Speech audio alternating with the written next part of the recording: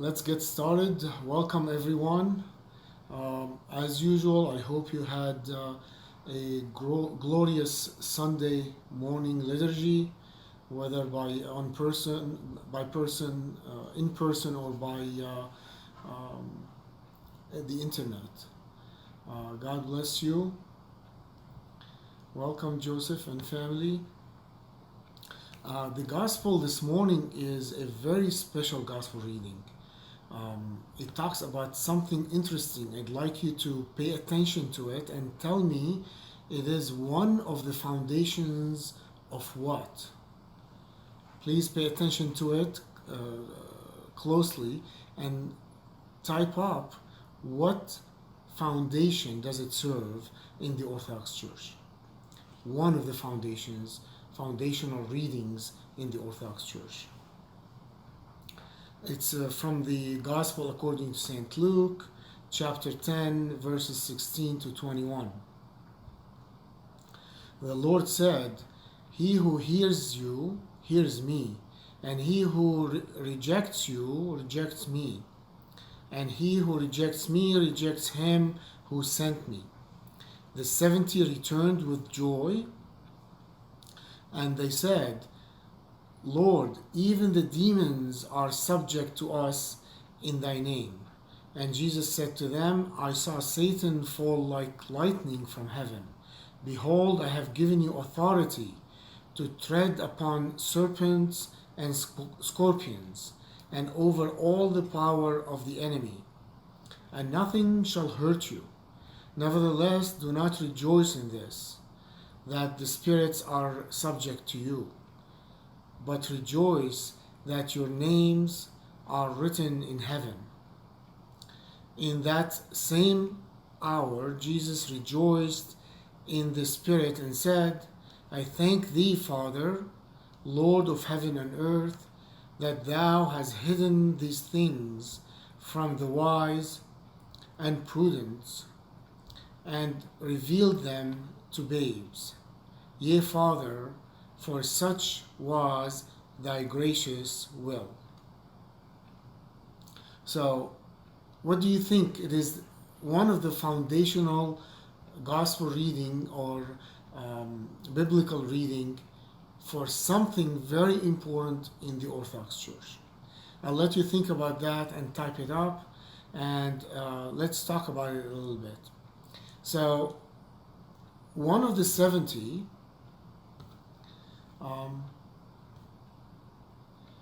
Jeremy is saying bishops. Yeah, it is bishops, but also clergy in general. So it is one of the foundational readings for Holy Order, which is one of the 7 sacraments of the Orthodox Church. Basically, he sent the 70 apostolic authority, exactly, with the succession, exactly. Succession from Christ himself. Absolutely true. And that's why we say the Orthodox Church is apostolic. There has to be 2 things in order for a church to be apostolic. One, every priest, every deacon, every bishop has to be able to trace his succession all the way to Jesus Christ. And the Orthodox Church can do that. The second of the concept of apostolicity is that the same faith that Jesus gave to the apostles, and from the apostles to the bishops and priests and all the faithful in the Orthodox Church, is intact. It's exactly the same. And the Orthodox Church can claim that as well. So, apostolicity. You're absolutely right, Elizabeth. So he sent the 70 to preach. He sent the 70 with power from on high. They said that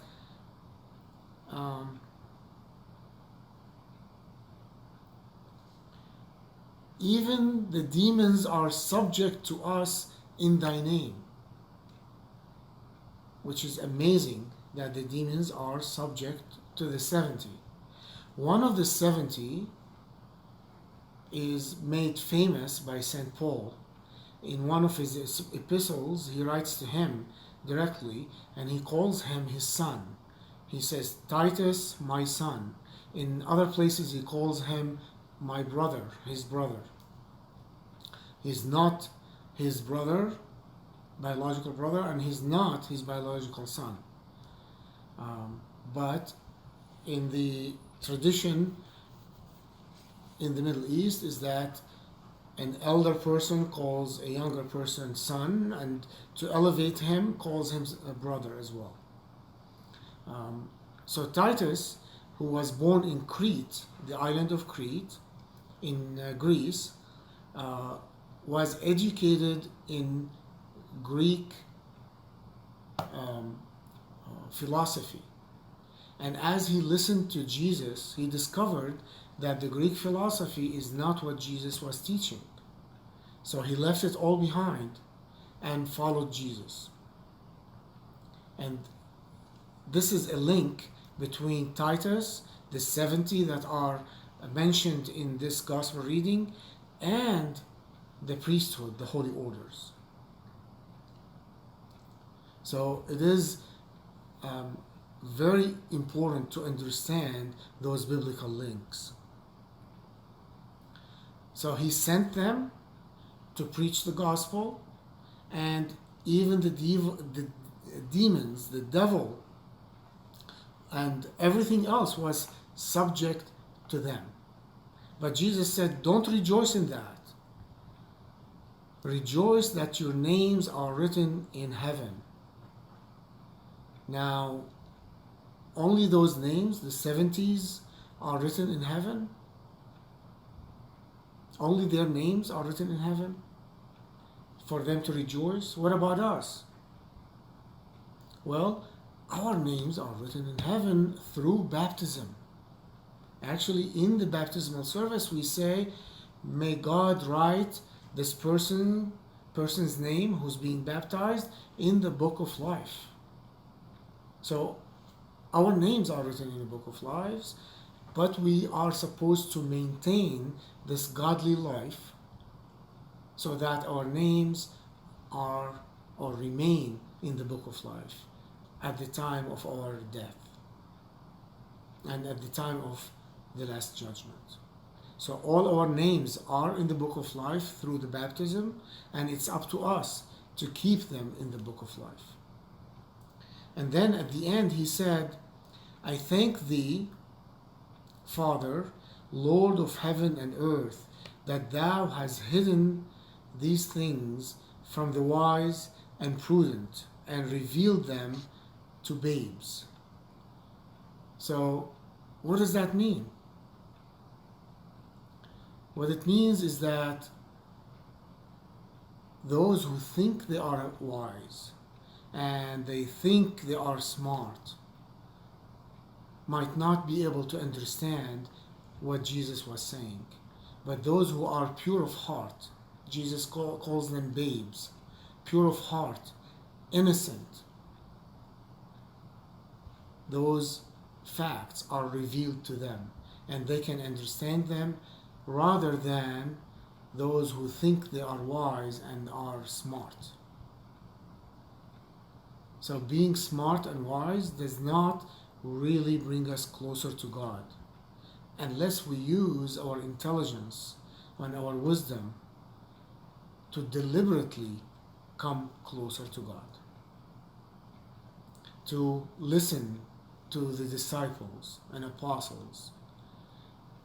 Back then, the 70 were, and after that, it's the bishops and priests and deacons of the church.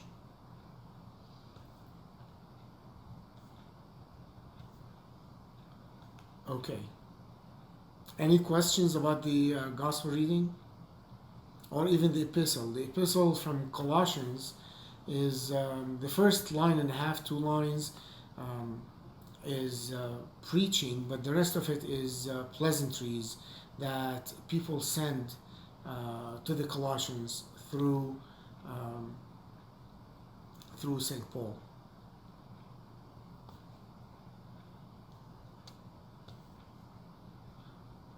where babies are open to learn. What do you mean, Sharon? Is this a question for me, or you're writing it for someone else? If you have any questions, please type them up and we'll try to answer them. So in the meantime, I'll reiterate the gospel reading meaning is that God sent those 70 and gave them authority, and the same thing He did through them to the clergy of the church. So the clergy of the church have the authority, and through this gospel reading, one of the readings in the Bible, the holy orders, one of the sacraments of the church, was established. Okay, let's see. Theodore says,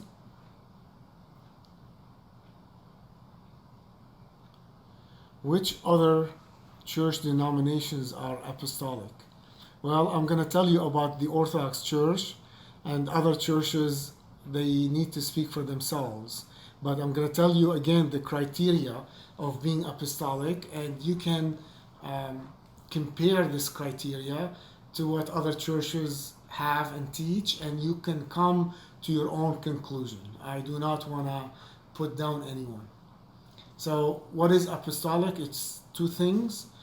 Clergy can claim their succession all the way to Jesus Christ. I know who ordained me, who ordained him, all the way to Jesus Christ. That's succession, clergy succession.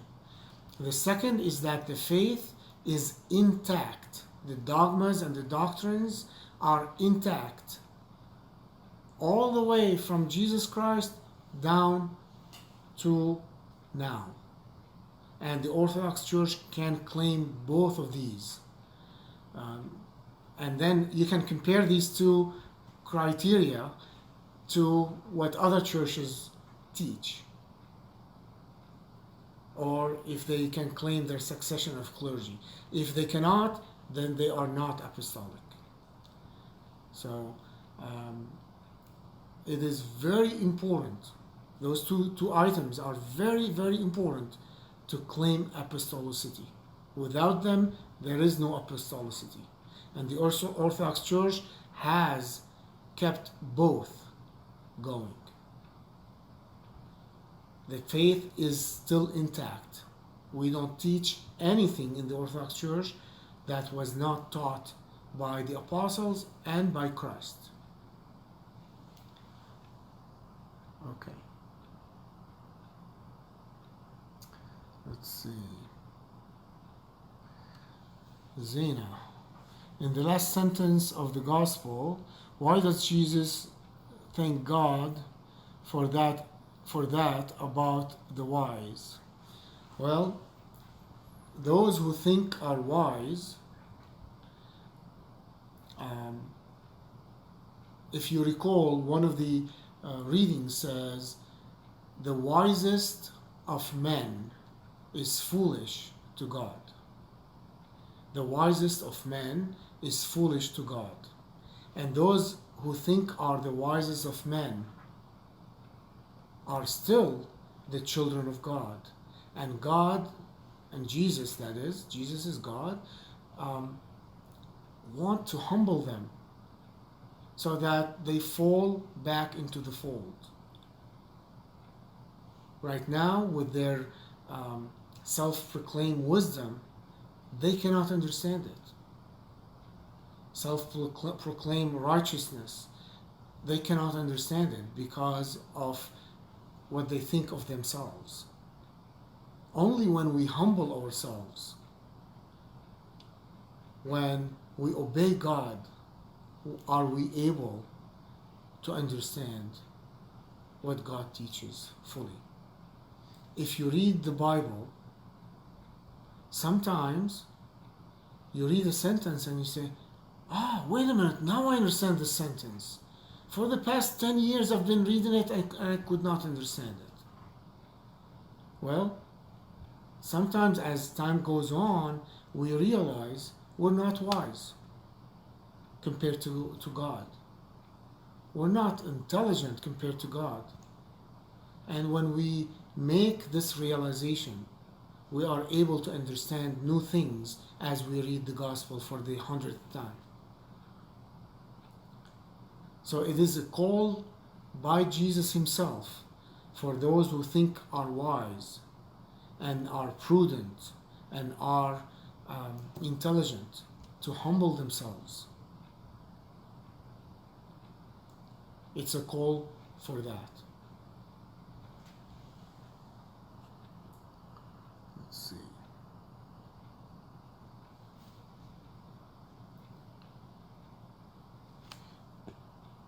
Okay.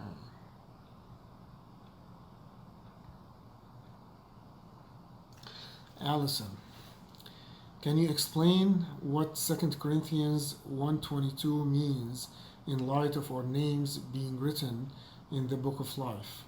Protestants interpret this as guaranteeing salvation, and I don't know how to interpret it another way. Okay, well, it does not guarantee salvation.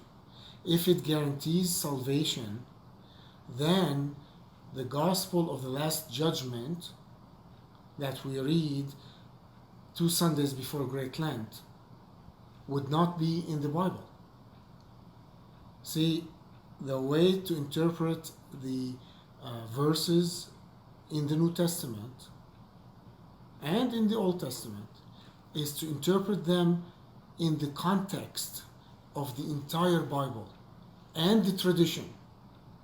Taking one verse out of the Bible and interpreting that in isolation is wrong, will lead to the wrong conclusion, will definitely lead to the wrong conclusion.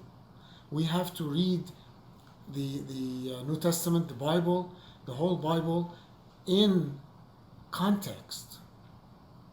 Sometimes St. Paul sends a letter to certain people and says, hey, you don't have faith, you don't have faith, you need to have faith, you need to have faith.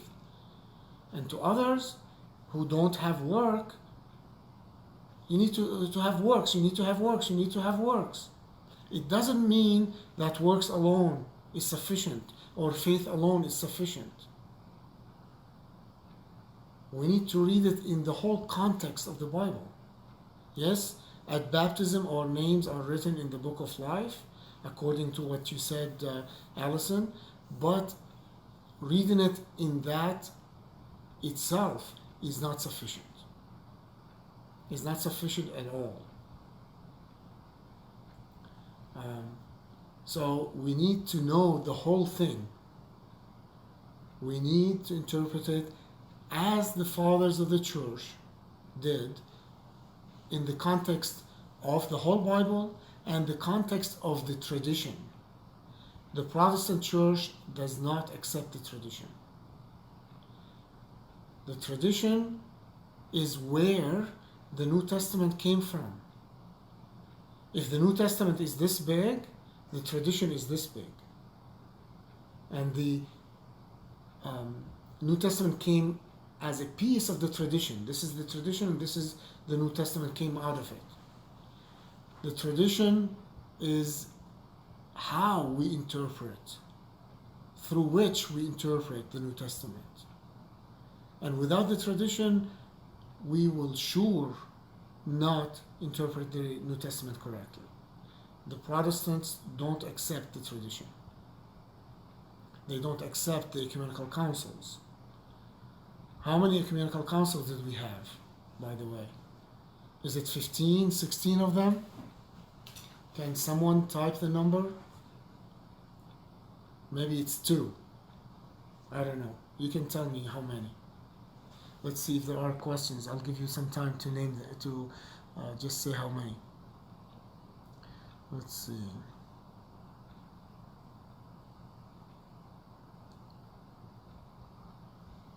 Seven. That's right, 7 of them. The last one was held in 1995, right? We church our babies at 40 days. 7 plus 2? Well, no, there's 7. The Ecumenical Council are 7. And as I said, 1996 was the last one, right? It wasn't 1996 of Deacon Andy. When was it? We church our babies at 40 days, but in the prayer book there is a naming of the child on the 8th day. Is this important to do? As I do not remember it being done only the 40 days. It is important to do. It is nowadays they name the babies as they are born, or even before they are born they choose the names. If it's a boy, we'll name him this. If it's a girl, we name her this. But the tradition says Jesus was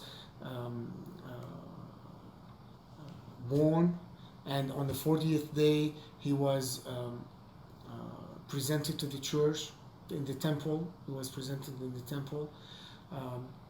So it is nice to keep these traditions, but there's no one is going to force you to say on the 8th day you're going to name the child, on the 40th day the mother and child come to church, and so on.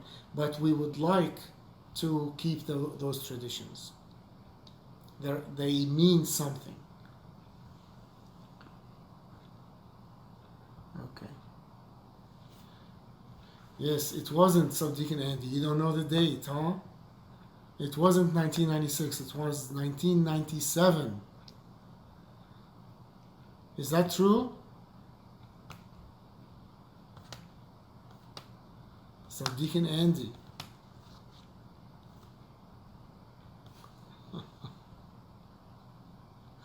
Yes, you're right. That's right. Well, let me answer the first question first.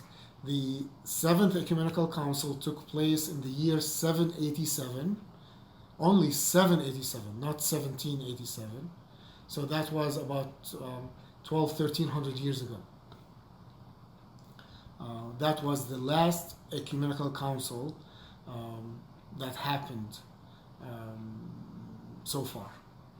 God willing, there will be another Ecumenical Council soon. As Father Kamal said, that is true. Jesus was circumcised on the 8th day.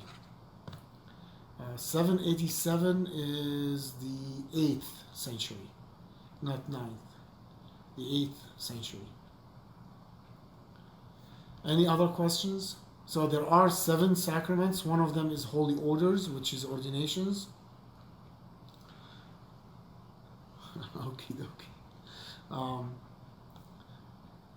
And the first one was held during the 4th century, 325. The last one was in the 8th century, 787. And 787 is not a Boeing plane. That's the date of the 7th Ecumenical Council. All right, if there are no more questions, are there any more questions? I hope that you have a wonderful, wonderful day and a wonderful week. And God willing, we'll see you next weekend at 3 p.m. on Sunday. God bless you. Take care. Bye-bye.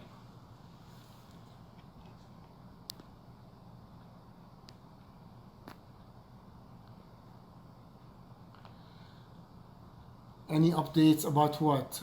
I don't have any updates about anything else, Sharon. God bless you. Maybe I should tell you about the winter retreat. It's being planned. I talked about it a little bit at the beginning. It's being planned for the last weekend of January. The DMC met once, and we will meet again tomorrow night to continue planning for it. There has been no update on the restrictions. I don't know when the update will come. I don't have any information about that. All right, take care. God bless you. Bye-bye.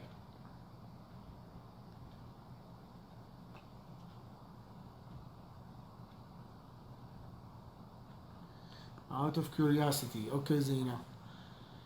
The Jewish religion prays that their name is written in the book of life on every new year or Yom Kippur.